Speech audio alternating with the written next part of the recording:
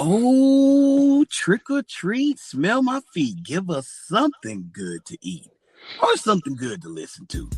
We are your role players. I am your guy, Byron B, whatever you like to call me. Maybe I'm the boogie man, the boogie oogie oogie. And then that is your guy, philosophical Mr. Know-It-All, the one, the only, the spectacular Jay. And we're doing this role player thing again, man. I can't believe that it's been 20 years since Stankonia dropped. 20 years, Jay. Can't believe it. Since Stankonia dropped? Yeah, man. You know, that's the album that OutKast put out that had Bombs Over Baghdad. Sorry, Miss Jackson. What was another hit, man? It's the album before the Split album. So it was monumental because you could hear the styles changing. So, you know, I just listened to some NPR radio today. And I was listening. They had a listening party, and it was great, man. It was great. But I was like, wow, it's been 20 years. A lot of time has passed. But, hey, even though it's been 20 years, you're still getting the same great sound from your favorite sports podcasters. If you don't know, you can find us on Apple Podcasts, Google Podcasts, Spotify, iHeartRadio, and Spreaker, home of the role players, and Amazon, as well as a lot of other platforms. And find us on Instagram and Twitter, @roll_players. Tweet us, DM us, do whatever you'd like, man. Let us there. We want to hear from you because we love the interaction that we have on our Facebook group. Yeah, you can find us there too. So before we begin, man, Jay, how are you, man? Are you gonna go fire up some Stankonia? How was your week, man? My week has been pretty great, man. I had a little stressful situation happen today regarding my place of employment, where I work. But I mean, for the most part, I mean, it's a full moon. It's a full moon out today, and it's Halloween's Eve. So I got a little question for you. What is your favorite moment? You know, we grew up in the same household as we all know. We're not just role player brothers, but we're actually blood brothers, brother. So we're brothers. So check this out. What is your favorite moment about Halloween? And I mean, it could be a Halloween song. It could be a Halloween movie. I seen the previews for that remake of Witches. And I don't know if I'm going to touch that one, bro. But it could be anything, your favorite candy. Like, what is your favorite thing about Halloween? You know, I'm not, well, as I've gotten older, of course, the holidays, they don't mean as much. So it's good that you took it back. I'd say one of my fondest memories, or one of the most special things that I always think of about Halloween, has to be Charlie Brown, man. The Great Pumpkin. I mean, it's just perfect. You know, Linus sits there and he waits for the Great Pumpkin, and they're telling him, oh, it's not real. It's not a real thing. And he says, oh, the Great Pumpkin is going to come, and he's going to bring us all these treats. And then you have Charlie Brown, and he's sitting there, and he says, you know, they go trick-or-treating, and they say, I got a lollipop. I got some candy. I got a rock. I mean, you gotta love it, man. You gotta love the Chuckster. How about you, Jay? Well, I mean, I did not know, and I'm an OutKast. I'm an OutKast head. I did not know Stankonia was dropped. I didn't realize that it was dropped a day before Halloween.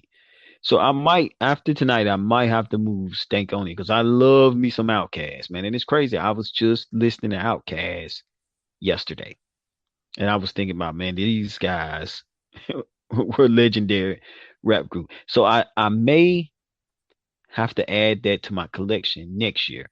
Of course, I love me some Reese's peanut butter cups, Snicker bars, but the one thing that gets me going on Halloween is Will Smith Nightmare on Elm Street.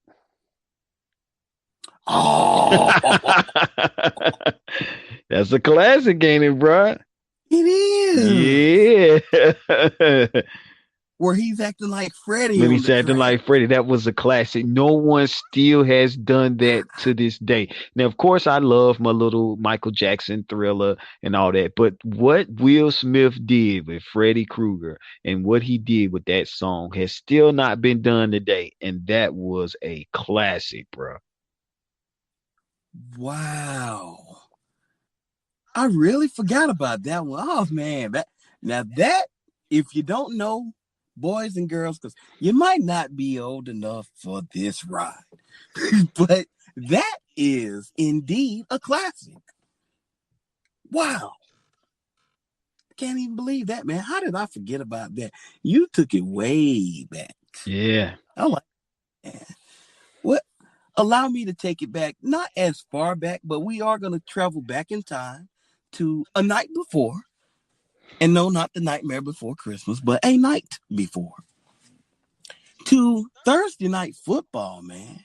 Some of that keep pounding football.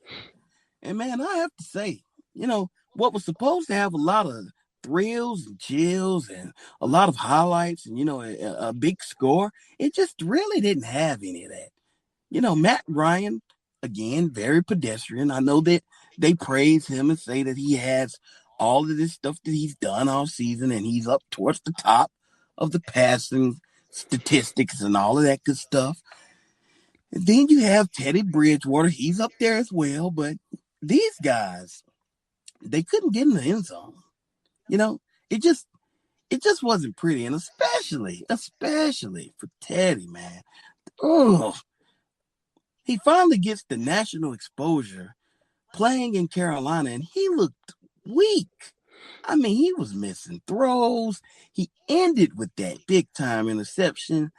You know, watching that game, and everyone in football, they're big on the national platform. Which I'm like, who cares? There's 16 games to be played for each team. But the one time that they got the national exposure, you have to wonder and you have to look at the Panthers and say, are you guys in the hunt for a quarterback? Because sure, Teddy is the answer for now. But based on what I saw last night, how long can this really go? 2 seasons, maybe? No more than 3. If it even stretches that far. It just didn't look good. They really, really, really looked like an offense that needs Christian McCaffrey. It's crazy. Jay, what you notice out there from the NFC South stinker poos? That definitely was a stinker poo last night. I mean, me personally, man, I, I kind of like it's not kind of, I like what the Panthers look like with Teddy Bridgewater. Their line is atrocious, man. So let's get that out the way. I mean, they're filling out their roster this season. They're trying to see which way they're gonna go.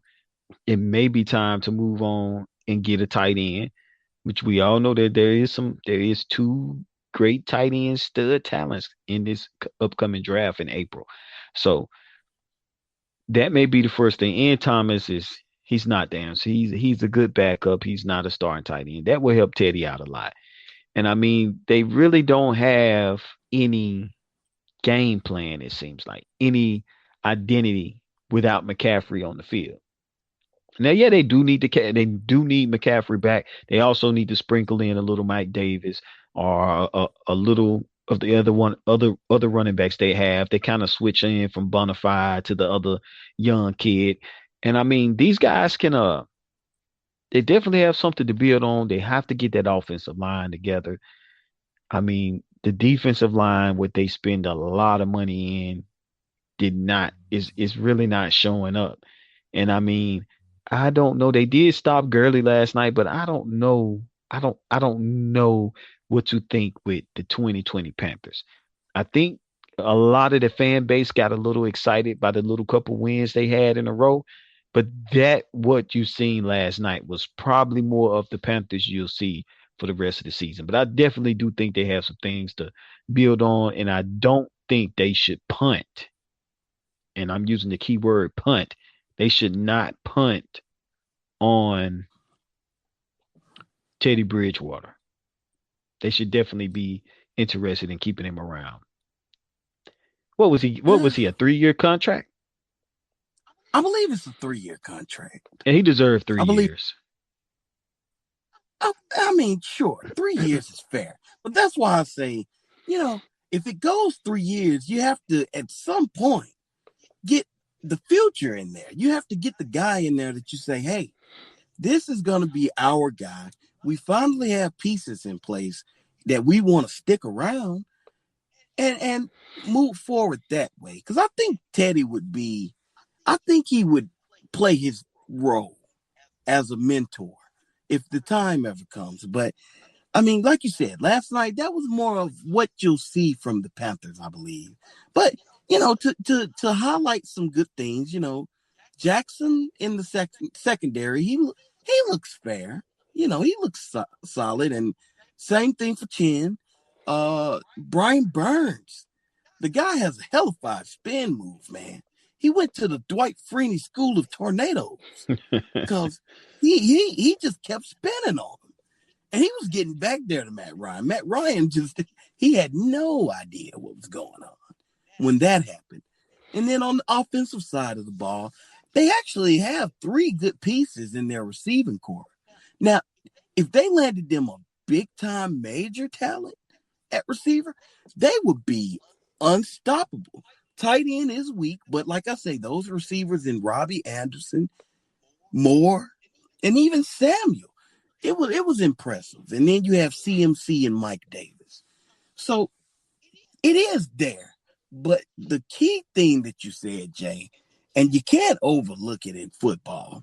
I know everything starts with the quarterback, ends with the quarterback, but it truly starts and ends in the trenches. And that's where they suffer the most from. Haven't seen a lot from the rookie Derek Brown. Just not impressed. And it's just a rookie season. It's a rookie season. A lot could change. But that offensive line, man, jeez. What was that? You didn't even give Teddy a chance.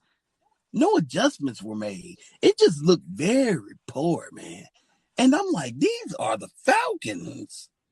This is a team you're supposed to score on. But, like the guy said before the game started, throw the records out the door. Throw it out the window. Throw it in the cellar, whatever you want to go. Because it is the NFC South. And the NFC South is competitive, And what we got last night was a competitive game. It just was a stinker poo from the NFC South. That's all. Well, but go ahead. Just keep pounding, man. And like you said, maybe it's time for something fresh. Maybe it's something like be finer in Carolina. I don't know, but something different. But keep pounding though. It's the foundation is being set, so I like it. Yeah, I mean, at least next weekend you'll get well, not next weekend, next Thursday. You know who's the Thursday night game is next week, right? I didn't see the promo. Who do we have up on deck? It's my Niners at home against the Packers, and we all know how that game played out last season. So that's an interesting game. Both, I think, the Niners will be heading into the bye week. They'll get Tevin Coleman back supposedly Sunday. So it's still a question mark, but Niners are looking good. Tampa Bay just got Green Bay. They smacked Green Bay a couple weeks ago. They 49ered the Green Bay Packers. So that's going to be a very interesting Thursday night game next week. I'm shocked they put that on Thursday night. Oh yeah. That's a big time Thursday night game. That makes me say, hey now. I love it. Now that I will be tuned into. And I should get there should be some pretty good fantasy points out of that game. And, sorry, I want to apologize there again. Sorry for not doing the fantasy voyage this week. The fall is getting long. The winter is getting ready to creep in a few months. Time's getting ready to go back. And it's becoming a tad bit hectic, but I promise you this. We're going to do a show for the fantasy voyage next week, and hit us up on social media. We're going to answer whatever fantasy questions you have this week. I promise you I'll answer all questions. Jay will answer all questions because it's on me.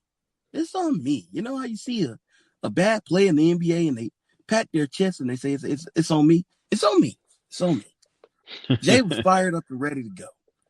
But I was in the trenches, man. I was in the trenches doing work. But yeah, man, we're gonna get back to the voyage. But before we get to the voyage, you have to test the waters. And the waters, they're looking quite right in the NFL. They're looking quite right in the NFL. This is Jay's time of the year.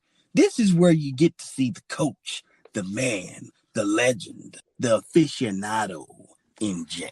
Because it's trade deadline. It's trade deadline talk. And Jay is our local scoop, a loop. He has all the scoops. So Jay, man, this is your thing, man. What is the forecast for the NFL trade outlook? Who's buying? Who's selling?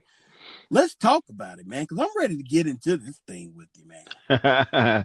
You want to know who I think should be buying and who should be selling. Okay. Yeah, I want to hear from you first. I'm going to hit you with the sellers first, because before you can buy anything, you got to be willing to sell. So, my sellers right now, I think the Atlanta Falcons should be sellers. I got a couple shockers here for you too. You're gonna be like, what? I think that the Chicago Bears should be sellers. Ooh. Yeah. I'm gonna give you two for the AFC. I think the New England Patriots should be sellers. And I also think I'm gonna give you a big up one for this. I think the Cleveland Browns should be sellers. And what the Cleveland Browns should be selling is Jarvis Landry or Chubb. Whoa. Yeah. I think Cleveland needs to get something before they're stuck with nothing. Because they're kind of trending in that ballpark where you're like, we're not that good, but we're good enough. Around that 8-8 ballpark, because they look like an 8-8 team last week, correct? Oh yeah. So what they should do, they lost Odell for the season. I think they should teeter to see what they could get for Jarvis Landry or Chubb. You have Kareem Hunt there. You have to have a stable of running backs. You have young running backs on that roster as well. You have young wide receivers.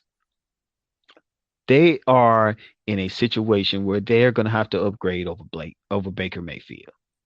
It's evident now. He plays well against the Cincinnati Bengals and the Miami Dolphins of the world, but when it comes to the heavy hitters, he do not show up. I think they should be sellers, and I think they should be willing to move Myles Garrett as well.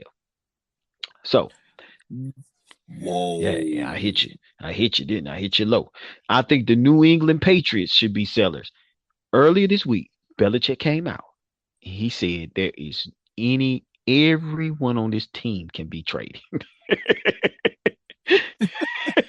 I love Belichick, man. He gives his one-liners, and he's just like, yeah, it's trade deadline. It's anybody can be traded. In the past, he was like, no, we're not making any moves. No. So he said anyone can be traded. I think it's a mystery game going on. They're saying they're going to stick with Cam Newton, and maybe I'm gonna give Cam Newton a pass. I'm gonna give him a pass to halftime against Buffalo. Maybe Cam Newton is suffering from having COVID. I never thought about that. We had Russell Westbrook suffered when he came back from testing positive from COVID, remember, in the bubble? Maybe he is suffering from having COVID because he played lights out ball the first couple weeks. Then this last couple weeks, it looked like he aged in like 5 years. He aged in 3 weeks, he aged 5 years. Maybe he's suffering from COVID. But I got a little nugget that they may go to Stidham if he struggles in this game in the first quarter. So they need to be sellers. Anybody on their roster should be tradable. Okay. I say the Bears should be sellers, correct? The Bears should try and move on. They need to trade Robinson. Get something for him before his value decreases. And there are another team who's going to have to upgrade at the quarterback position as well and upgrade at offensive talent as well. They're wasting their defense. Get something for Robinson while you have the chance. Move younger. Maybe you can flip those 2 draft picks into Trey Lance. Who knows? It's the NFL. And I said the Atlanta Falcons need to be sellers. The Atlanta Falcons got to trade Julio. They got to trade him. This Joker had 137 yards on 11 catches last night? No touchdowns. Red zone. 7 catches. 7 catches. Oh, wow. 11 targets, 7 catches. I'm sorry. I'm looking at it right now. They take him out in the red zone. Calvin Ridley's hurt. This season is going to be a wash, man. I'm telling you. But they need talent and they need to get good. They need to get younger and better on offense. Matt Ryan, he's done. He needs to be on a veteran football team where he has a chance to win.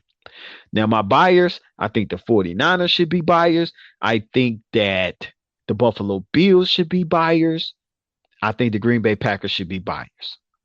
Green Bay Packers, listen to me, man. Go get Julio Jones. You can afford them.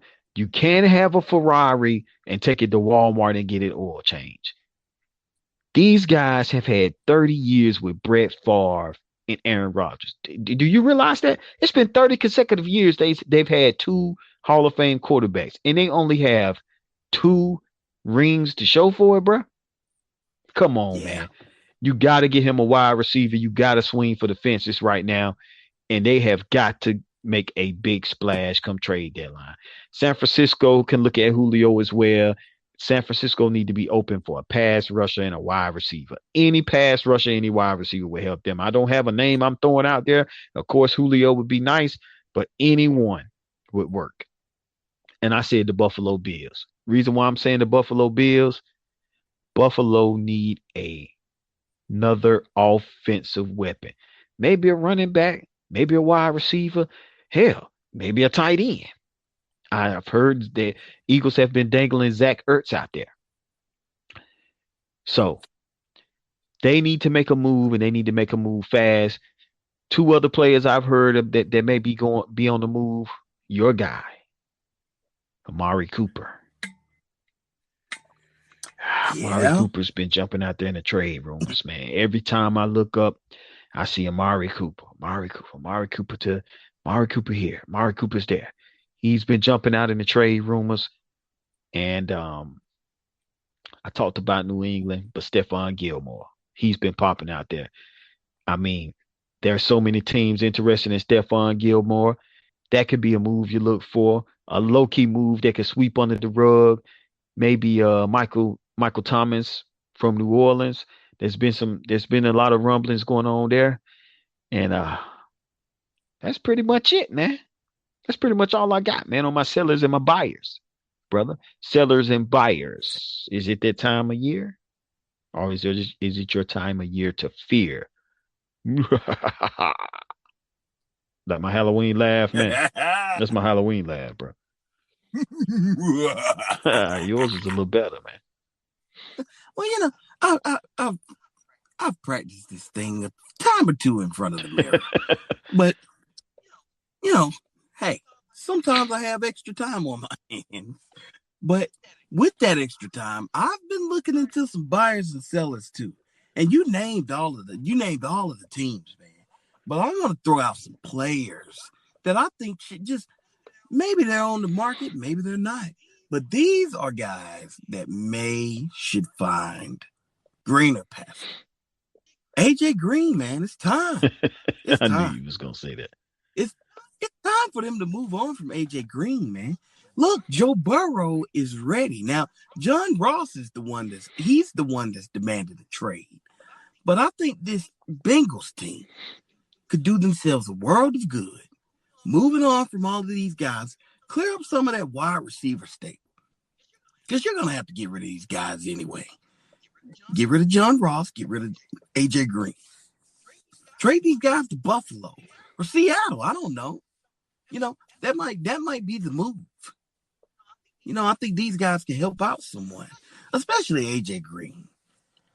Then I'm going to take a trip up to Minnesota. Minnesota, man, I don't see you trading Kirk Cousins. No one wants that. No one needs that.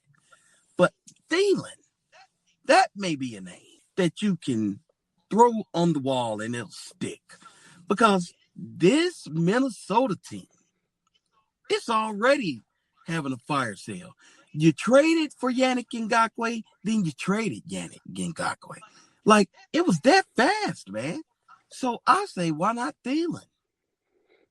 Why not Kendricks on the defense? These guys have some talent that's taking up the budget, the salary of the team. So you might be able to move some of these guys.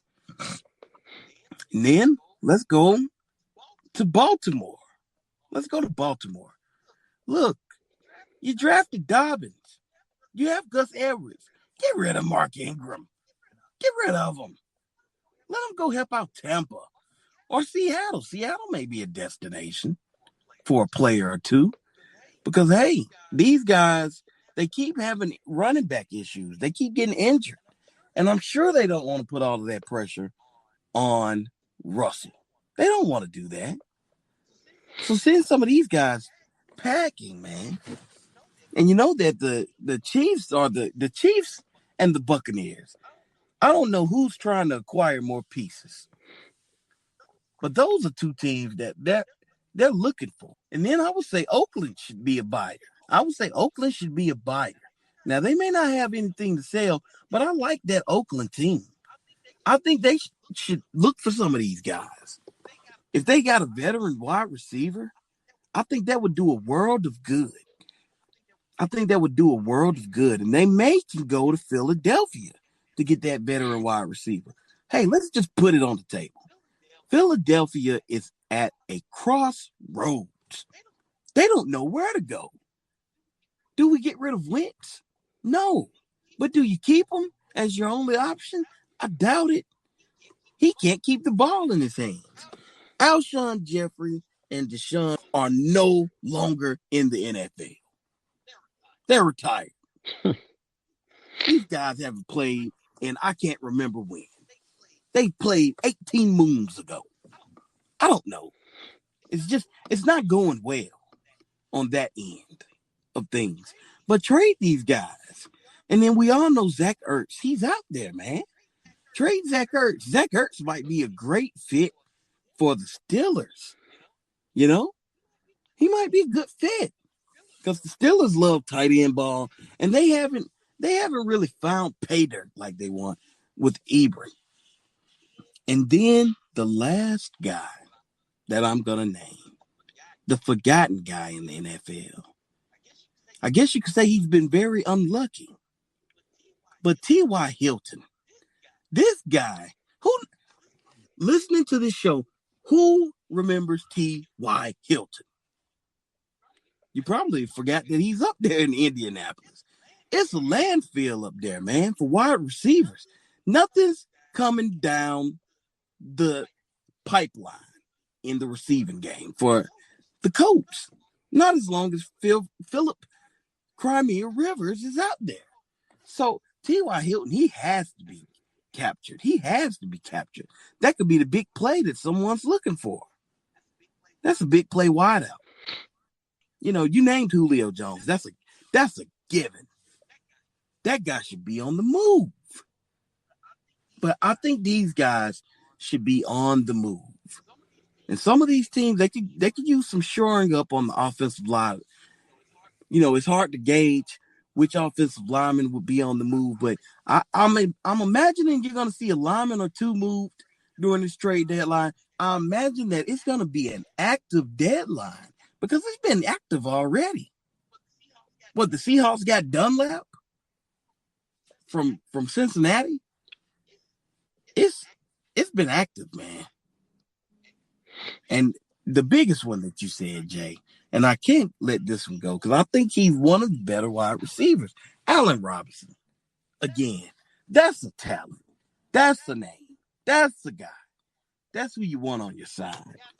You got to try to get Allen Robinson, man. So I'm really excited about this deadline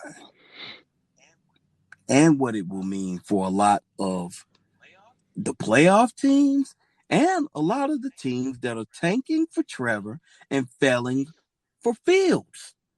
Exciting times in the NFL. I'm excited, man. Oh, man, I'm excited. Football is happening. We're at the peak of this thing. But, other than that, there are some good matchups this weekend, man. And there's a lot happening this weekend because we're going to approach the second quarter of the season. So if your team is out there and they're trying to make a stance right now, this is it. And I'm saying that because I'm looking directly at the Baltimore Ravens. This is it, man. You got to beat Pittsburgh. You got to beat Pittsburgh this weekend. That offense is non-existent this year for the Ravens. They called in Dez Bryant. I don't even know where Dez Bryant's been other than walking through locker rooms saying he can still play. But he's not going to play this week because, due to the new rules, COVID, and all of that, he has to be cleared. But, man, this Ravens team, they have to win, man. This is a must win. I'm looking at that game, Jay, and I'm saying this is the game. This is the game of the week. I know your 49ers have a pretty big game, but that Ravens team, for everything that they've added, for everything that they have going on and the way that they did last year, big trust. It's not looking promising for them. They're actually looking like one of the weaker teams. What you got lined up for the weekend, Jay? What you see out there? Well, I'm definitely going to be watching that Ravens and Steeler game. That is, and it's perfect. It's the settings is perfect. It's Halloween. I mean, they set some grueling matchups up for Halloween weekend. You got San Francisco, Seattle, classic. It's one that's going under the radar that you didn't name.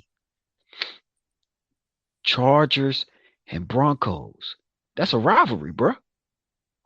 What about for all the Bill Mafia and they got hope? So on Halloween weekend, Big Bad Frankencheck. Belichick, Frankencheck. Yeah, he's a monster. He's tormented that division for 20-something years. So they can either put their foots on the Patriots' neck and say you're done, or they can leave that door cracked. It's so many matchups. So I'm going to be clicking. My clicker. I just bought some new batteries this afternoon because I'm going to be clicking back and forth. I'm not going to be watching Red Zone. I'm going to be clicking back and forth. I'm going to have the TV and I mean, I got my own setup, man. I'm like Dean Black. What's his name? Dean Blackino, the ref. I'm watching every game. I'm going to be tuned in, man. And a low key matchup that's kind of going under wraps. I'm interested to see how New Orleans and Chicago goes. That's playoff implications, as well as Vegas and the Browns. Vegas has lost a couple. They're going on the road playing against a Browns team that you never know who's going to show up. I'm real interested, man. It's gonna be one hell of a football weekend. The Oh time yeah. time goes back. Yeah, Yeah, we're gonna travel back in yeah, boy. time. Oh man, I'm so glad I don't have to work this weekend. Oh, that's such. Oh man, let me go on a rant for a second. One of the most depressing feelings is to be on the clock for the graveyard shift, and you see the clock go 1:59, and then it goes 1:57, 1:58, 1:59, 1 o'clock again. I be How did I get suckered into a 9 to 10 hour shift? Oh my God. So I'm glad that I'm going to get to enjoy some football, work free. I can sit here and podcast and tweet with you guys. I'm gonna enjoy it. And I'm probably gonna eat some of the kids' Halloween candy. You know, well, I probably should let them have it because they can take the cavities. I can't. But the one matchup that's probably the biggest trick or treat that we didn't name is the Dallas Cowboys and the Philadelphia Eagles. Now, I know you're going to say, oh, that's a stinker. This game has big implications, man. Whoever wins this game wins the division. This is true. It's that big because that's a terrible division. So whoever wins this game is going to win the division. And this Dallas team, they have to do something. They have to look forward. I wouldn't be so surprised if you hear rumblings about Zeke Elliott because he's been a stinker poo himself. So this is a big game. A lot of big matchups this week. A lot of big divisional matchups, man. It's going to be great football, man. I cannot wait. Cannot wait. And there's some big matchups in college football this weekend, too. So I don't want to overlook that. So I'm excited about it, Jay. So excited. Before we close this thing out, I do want to say big ups to Chris Paul. Yeah, Mr. Christopher Paul. He came through to the land of the Rams, Winston-Salem State University. He came through with his vote bus. He gathered up folks. He said, hey, let's go vote. Now, we don't get too political on this show, but hey, it's your right to vote, and it's also your right not to vote. So I don't want to be the one to pressure anyone to go and vote. It's great if you do, and if you don't, we're not going to frown upon you because we do sports here. He also made a trip around to Fayetteville State as well. So he's doing his part, giving back to the community. So big ups to him coming through the campus when I wasn't there. I'm glad I wasn't there. I didn't want to be a part of that mayhem, man. Because wherever he goes in Winston-Salem, it's going to be a big to-do. And I'm glad I missed it. No disrespect, Mr. Paul. And I did call you Mr. Paul. I think you've earned the right to be called Mr. Paul. Because you took a bottom feeder. You raised him from the dead, man. That thunder was rolling this year.